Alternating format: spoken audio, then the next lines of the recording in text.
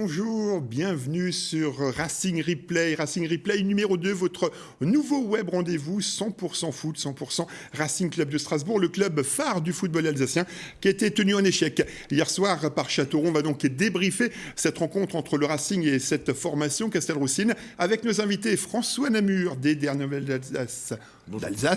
Ça va François? Ça va bien. Bonjour. Avec nous également Lucille Guillotin de France Bleu Alsace, cette fois-ci on l'a bien dit. Ça va, magnifique. Bonjour. Et Stéphane Godin du Journal d'Alsace. Oui, vous pouvez vous contenter de l'Alsace, c'est bon, ça ira. Voilà. Et donc, on va tout de suite voir comment s'est déroulée cette rencontre d'hier soir, ce match entre le Racing et Châteauroux, sur des images de Jérôme Gosset. Le résumé. La Berrichonne de Châteauroux est l'un des seuls clubs professionnels du national cette saison. Relégués de Ligue 2, les Castelroussins ont su développer un jeu plaisant hier soir à la Méno. Malgré tout, les occasions sont alsaciennes, mais comme un signe, ce coup franc de Liénard vient mourir sur la barre transversale. En deuxième mi-temps, sur ce corner, le Racing trouve l'ouverture. Felipe Sade, le défenseur central, se mue en buteur du soir. Le Racing a fait le plus dur, se dit-on. D'autant qu'un quart d'heure plus tard, pour cette faute sur Bouanga, Crillon, l'ancien colmarien, écope d'un deuxième jaune, synonyme de rouge. Discussion, agitation, stupéfaction. Bouanga, à son tour, est expulsé. Déjà, je voudrais revoir la faute, le deuxième jaune sur le rouge, sur mon joueur. C'est déjà prédominant et déterminant. Après, derrière, on sait que voilà, il y a de l'engagement, il y a de l'enjeu. J'ai rien vu de particulier. Il n'y a pas eu de mots au dire de mes joueurs de particulier. Bon, voilà, je pense qu'il y avait matière à ce que la fête soit belle jusqu'au bout. Châteauroux résiste, le Racing ne fait pas les bons choix. Baoken, Bouanga reste muet et dans le ton additionnel sur ce joli mouvement collectif, Châteauroux égalise. Je viens de voir les images, c'est pas la faute de l'un ou l'autre, c'est de la faute de... Au moins 5 joueurs sont concernés par ce but. Mais je pense qu'on doit se mettre à l'abri bien avant et tant qu'on sera pénalisé et qu'on perdra des points à chaque fois qu'on prend un but, et ben voilà... Le Racing qui se consolera car ses rivaux aussi ont été accrochés. Strasbourg reste toujours leader et possède maintenant 10 points d'avance sur le 4e. Le Racing qui a donc 10 points d'avance sur le 4e. Stéphane Godin, malgré tout, on peut dire hier soir 2 points de perdus pour le Racing. Non, je ne suis pas d'accord. Dans le sens où effectivement le Racing a augmenté sa marche sur le 4e. Dans le sens aussi où on a vu un bon match de foot. Ça, il ne faudrait pas l'oublier. Ça n'a pas été si souvent le cas à la Méno. On a vu un bon match de foot parce que les deux équipes ont joué. Après 2 points de perdus, on peut toujours dire que ce sont 2 points de perdus puisque c'est un but qui arrive à 11 contre 9 à la 91e minute. Ça fait évidemment très mal. C'était arrivé au Racing, je me souviens de cette histoire-là à Sochaux une année, il y a au moins une quinzaine d'années, voire un peu plus je crois. Non, c'est Fred Arpinon qui avait marqué et Kofi Fiavo avait dû égaliser pour Sochaux et le Racing jouait à 11 contre 9 à l'époque. Bien sûr que c'est énervant, mais c'est pas la première équipe à qui ça arrive. Jackie Duguay-Pérou parle des manquements de sa défense et de son milieu de terrain, surtout sur le but égalisateur. Moi, j'aurais tendance à penser que les Castelroussins font une superbe combinaison. Il y a une accélération du buteur de Chergui qui est remarquable. Voilà, on doit aussi reconnaître de temps en temps que les équipes d'en face jouent bien au ballon et que Châteauroux est sans doute l'équipe qui a le mieux joué au ballon cette année à la Méno. Du même avis, Lucille, hier soir sur les antennes de France Bleu, vous avez également pris du plaisir à commenter cette rencontre plaisante, on le disait. On prend le match de Chambly et celui de Châteauroux, franchement il n'y a pas photo. Vous avez une équipe de Chambly qui a fermé tout à double tour. Là, comme dit Stéphane, une équipe joueuse. Alors on comprend mieux aussi en voyant hier le match de Châteauroux pourquoi ils prennent beaucoup de buts, pourquoi ils en mettent aussi. Mais voilà, c'est un match très plaisant, ouvert. Le Racing aurait dû se mettre à l'abri bien plus tôt, le nombre d'occasions qu'ils ont eues en deuxième mi-temps, mais voilà, c'était un match très très plaisant. Je rejoins Stéphane en disant que c'est un point de prix. Certes, ils en perdent 2, mais c'est aussi un bon point de prix pour le Racing. François Woudini sur les réseaux sociaux nous dit « Racing, fournisseur officiel d'ascenseur émotionnel ». Oui, bon, il a le sens de la formule, ce garçon, mais non, mais juste pour revenir sur ce match et sur la saison, il faut dire que parfois le Racing a aussi gratté des points dans les 10 dernières minutes. Ça a été l'une de ses marques de fabrique. On s'en souvient par exemple duo de pénalty contre Épinal il y a quoi, un mois ou deux, où Épinal avait encaissé le but de la défaite à 10 minutes de la fin, ou même pas, 5 minutes. De temps en temps, le Racing aussi a concédé des occasions dans les 5 dernières minutes où le tir passait à côté, où Kidja sortait peut-être l'arrêt qu'il fallait. Donc, bon, c'est 2 points de perdus quand on analyse après, immédiatement, coup de sifflet final, mais avec du recul, avec tout ce qui a pu se passer dans cette saison, c'est pas non plus illogique de se voir rejoint par une bonne équipe de Châteauroux. Là, je rejoins mes 2 confrères, donc rejoint par une bonne équipe de Châteauroux pour l'occasion. On va tout de suite voir quel est peut-être le tournant de cette rencontre, notre rubrique « Le fait du match ». Le fait du match, évidemment, c'est la double expulsion Castelroussine. On va encore une fois revoir les images avec tout d'abord cette faute de Judicaël Crillon sur Bouanga. Il avait déjà un carton jaune, 2e carton jaune, et on regarde dans la continuité ce qui se passe. Carton rouge, l'arbitre va voir Bouanga qui est au sol, et puis là, il y a le numéro 7 qui arrive, et 3 secondes après, le carton rouge. Vos impressions? Moi, j'avais même pas vu, personnellement, j'avais même pas vu au départ qu'il y avait 2 joueurs qui avaient été expulsés. J'ai cru qu'il avait mis jaune, ensuite le rouge, et j'ai pas vu que Tunkara prend le rouge. Et donc, on réalise au bout de, je crois, 3 minutes qu'il joue à 9, très sincèrement. Et tout le monde se regardait un petit peu pour savoir ce qui s'était passé. Franchement, je sais pas exactement ce qu'a dit Tunkara à l'arbitre, mais franchement, il a demandé ce qui sifflait, a priori. Mais bon, ce qui est étonnant dans ce match-là, mais on en avait déjà parlé l'autre jour contre Chambly pour d'autres raisons, c'est que l'arbitre fait le spectacle à lui tout seul. Je veux dire, il sort 2 cartons rouges, 6 cartons jaunes, dans un match où les joueurs, malgré l'engagement, heureusement qu'il y a de l'engagement, c'est du football, hein. J'ai rien contre la danse classique, mais c'est pas de la danse classique. Heureusement qu'il y a de l'engagement. Il sort 2 cartons rouges, 6 cartons jaunes. Je disais, dans un match où les joueurs, à chaque faute, se relèvent les uns les autres. Ça se passe dans un bon esprit. Si on est un peu psychologue, on laisse le match se dérouler. Les joueurs le laissaient se dérouler tout seul, le match. Je veux dire. Et là, au contraire, il fait un show. La faute de Crillon, peut-être qu'elle y est. Elle est plus, à mon avis, maladroite que volontaire. Il sait qu'il lui a mis un jaune en première mi-temps. Il peut peut-être se dispenser. Quant à Tunkara, on voit bien sur les images qu'il n'arrive pas non plus en vociférant avec le fusil, quoi. Voilà, il demande 2-3 explications. Alors, évidemment, on n'est pas dans la confidence. On n'était pas sur le terrain. Je pense que l'arbitre aurait pu prendre un peu de recul, ça aurait facilité un petit peu le jeu, mais en même temps, ça a donné lieu à la fin du match intéressant. C'est un tournant très paradoxal, parce qu'une double expulsion, a priori, ça doit avantager l'équipe qui reste à 11, en l'occurrence le Racing, qui mène, qui est donc susceptible d'accroître son avance. Et puis paradoxalement, Châteauroux s'est réorganisé, avec un très bon coaching, il faut le dire, de la part de Dory. La semaine dernière à Boulogne, c'est peut-être le banc qui avait fait gagner les 3 points avec les entrées de Kanté et Belhammer. Là, hier, Chergui et Mateta, c'est bien ça. Ouais. On fait une super combinaison dans les arrêts de jeu que Stéphane décrivait tout à l'heure, et pour ramasser le point du match nul. Donc voilà, c'est une décision d'arbitre forte, peut-être incohérente, qui a mis un peu de piment dans la fin de rencontre, mais qui au final, voilà, bon, c'est toujours pareil. Est-ce que ça a changé le cours du match? On ne saura jamais le dire. On saura jamais le dire, mais on ne saura jamais. Mais voilà, bon. Steph a souvent la dent dure contre les arbitres. Je suis d'accord que de voir ce genre de décision. Je suis assez d'accord que l'arbitre n'a pas été d'un niveau exceptionnel hier. Là-dessus, c'est quoi? C'est un manque de psychologie de la part de l'arbitre?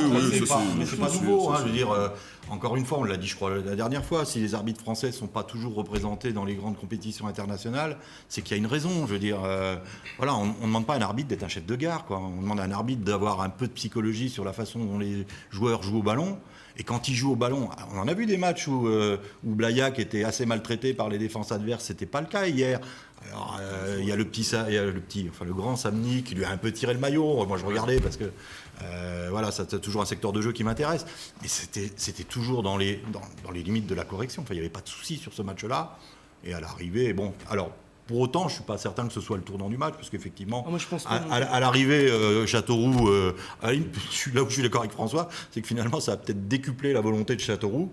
C'est pour ça qu'ils sont allés chercher le nul. Absolument. Ils étaient bien contents. Enfin, ils ont fait un peu la nique à tout le monde en égalisant. Ils avaient tout En tout à cas, fait. c'était un fait important de Ça ce fait match. important. Le tour du match, ça peut être l'arrêt de Bauken sur la frappe de Belhammer aussi, complètement involontaire. Là-dessus, c'est ça peut être vraiment la barre transversale de Liénard, ça peut être toutes les occasions manquées du Racing. Moi, le tournant, ça ferait vraiment la présence de Bauken sur la trajectoire du tir de Belhammer, parce que je pense que le gardien Castelroussin était battu. On va voir ça d'ici un instant. Je rappelle, vous pouvez également réagir. #Racing Replay. Quant à nous, on passe à notre rubrique, le flop.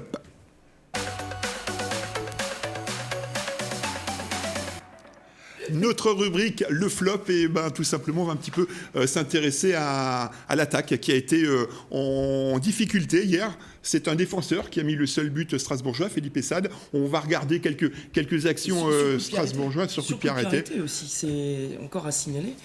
Les attaquants strasbourgeois qui ne marquent pas. Qu'est-ce que ça vous inspire? Depuis le début de saison. Là, le La Racing. la semaine dernière, Bauken a marqué à Boulogne. Oui. Il est attaquant. Non, mais un super but, but, d'ailleurs. Combien, la 11e ou 12e attaque du championnat.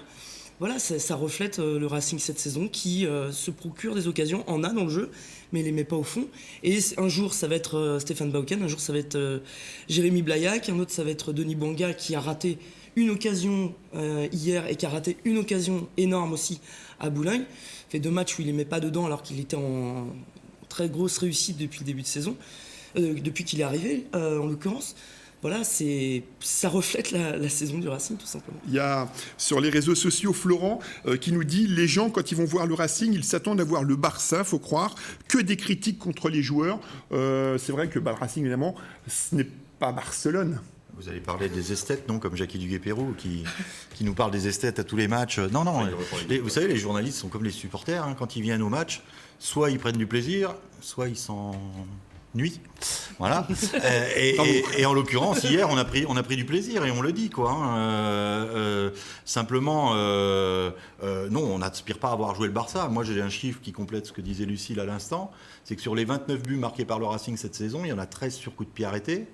Un contre son camp par le grand échalas de latéral droit de Chambly, Lassana Doucouré.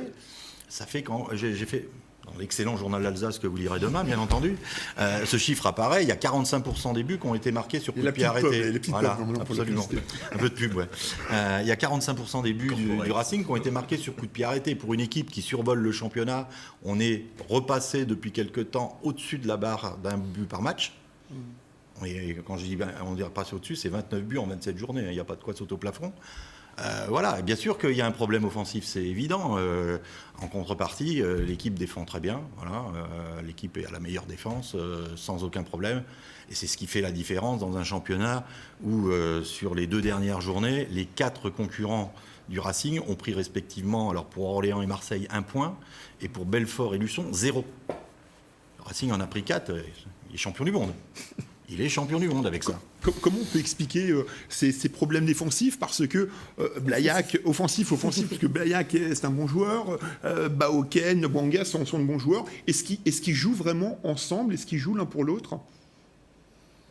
Disons que la base du jeu du Duguay-Pérou, c'est la défense. Il veut vraiment que les joueurs aient en tête le replacement défensif au quotidien, même à l'entame d'un match.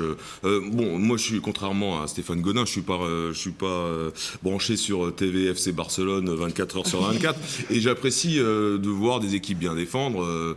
L'Inter de Milan de Mourinho a été championne d'Europe avec ses mérites. Le Chelsea a le jour où Didier Drogba jouait arrière droit, ça avait, où Eto'o, maintenant ça m'échappe, ça avait aussi un certain charme. Et puis finalement, l'équipe de France a été championne du monde avec 8 défenseurs sur le terrain. Bon, c'est vrai qu'il y avait Zidane qui pouvait, et on l'a pas au Racing cette année. Mais au-delà de ça, c'est la philosophie première de cette équipe. Il s'agit pas de chercher plus loin. Après, vous voyez les statistiques de Jérémy Blaillac cette saison et les 6 premiers mois où il était là.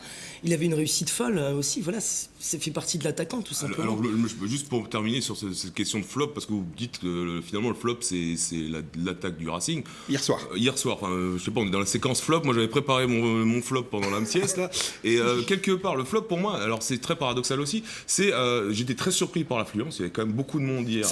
C'est notre top. Oui, non mais justement, je vais dire, c'est dans mon flop, parce que finalement le public a assez mal réagi à 1-0, à 11 contre 9. Il a invité, enjoint ses joueurs à se porter à l'attaque, à faire le siège du camp Castelroussin, qui était quand même un peu dégarni. L'idée de absolument balancer des ballons en attaque pour tenter de mettre le deuxième, c'était une mauvaise idée finalement, parce qu'au final on s'est fait encaisser l'égalisation. Donc paradoxalement, je trouve que le public de Méno, qui est toujours aussi spectaculairement nombreux, a été assez mal inspiré à siffler dès qu'un défenseur faisait une passe latérale à son collègue de droite ou de gauche. Et dans la matière, je suis pas loin de croire que le flop, c'est non pas l'influence de la Méno, mais le comportement du public qui a fait perdre le fil du match à son équipe. Bah justement, transition toute trouvée, on passe à notre rubrique, le top.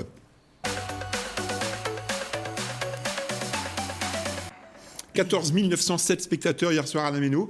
Il y avait une nouvelle fois beaucoup de monde, alors que c'était Châteauroux au mois d'avril. Mais moi, je m'attendais à plus, très honnêtement. Je pensais qu'avec la victoire à Boulogne, il y avait beaucoup de monde, mais je pensais qu'on allait se rapprocher plus de 18-19 000 avec les 9 points d'avance sur le 4e. Moi, j'aurais. Il y en a quelques-uns qui ont fait demi-tour sur l'autoroute parce qu'il y a des bouchons aux abords de Strasbourg. Mais c'est exceptionnel, on est d'accord, mais je pensais qu'il y avait. Non, il y avait quand même du monde, ça reste quand même assez hallucinant, quoi. 15 000. C'est les vacances, pas, donc il y a aussi des gens qui sont partis. Et puis, indépendamment de ça, je veux dire, ça reste que du national, quoi. C'est ça. Châteauroux était 11e avant le match, resté sur 3 défaites d'affilée. Moi, je trouve que 15 000, beaucoup de joueurs connus. Voilà, 15 000 spectateurs, c'est pas mal. C'est bien, mais Après, on est encore assez loin de la fin de saison. Il y a 4 matchs qui restent à domicile. Si la montée se dessine un peu plus qu'elle ne se dessine aujourd'hui, si tant est qu'on puisse entretenir un brin de suspense, je pense que les derniers matchs vont faire presque le plein, quoi. Enfin, en tout cas, on approchera la barre des 20 000. Oui. Allez, on va voir ça justement, les prochains matchs, notre rubrique est maintenant.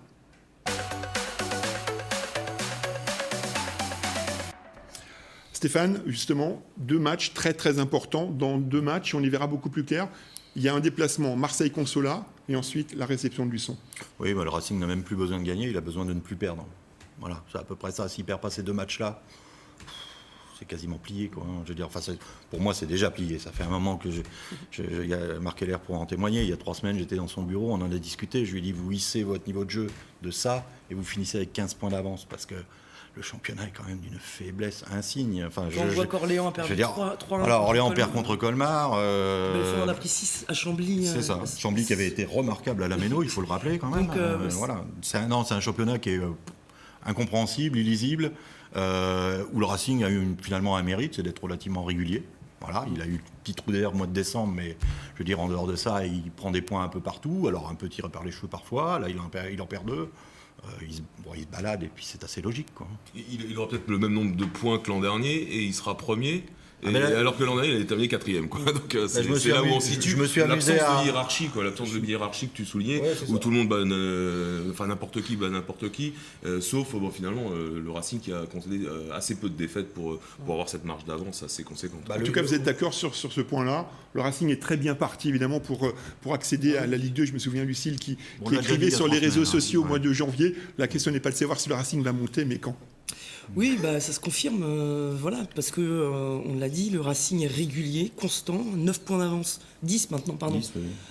7 journées de la fin, après, moi je ne ferai pas de pronostic sur les 2 prochains matchs parce qu'on l'a vu, il peut y avoir peut-être une défaite sur les 2 matchs, mais sincèrement, de toute façon, le Racing n'aura aucune difficulté pour monter à la fin de la saison, c'est évident. avant de se quitter, on va un petit peu de légèreté, puisque lors du prochain match contre Luçon, ce sera l'opération Femmes de foot. Alors regardez, une petite chorégraphie qui a été prévue pour cette rencontre. On a quelques images et un petit peu de musique par rapport à cette chorégraphie. Donc beaucoup de filles et de dames qui sont attendues à la Méno avec ces quelques pas de danse en 4 pas. Je savais pas que les femmes avaient le droit de venir au stade qu'une fois par an. Je suis un peu scié sur... C'est gratuit. Là. Ah, c'est gratuit. Il me semble, ouais. Une opération Femmes de foot, Et 2 euros. 2 euros Ah, ouais. l'entrée. C'est moins cher, c'est moins Et donc cette chorégraphie, je ne sais pas si vous allez forcément, sinon on va forcément s'y Manuel, mettre. On est à l'entraînement depuis Manuel, déjà il faut 15 qu'il donne jours. le là, il faut qu'il donne le là. Surtout moi, mais j'ai besoin. Allez, on le disait, prochain match, donc Racing Replay. Après la réception de Luçon, ce sera donc le 23 avril que l'on se retrouvera pour un nouveau Racing Replay. On aura l'occasion de débriefer après cette rencontre. En attendant, portez-vous bien et à bientôt pour un nouveau Racing Replay.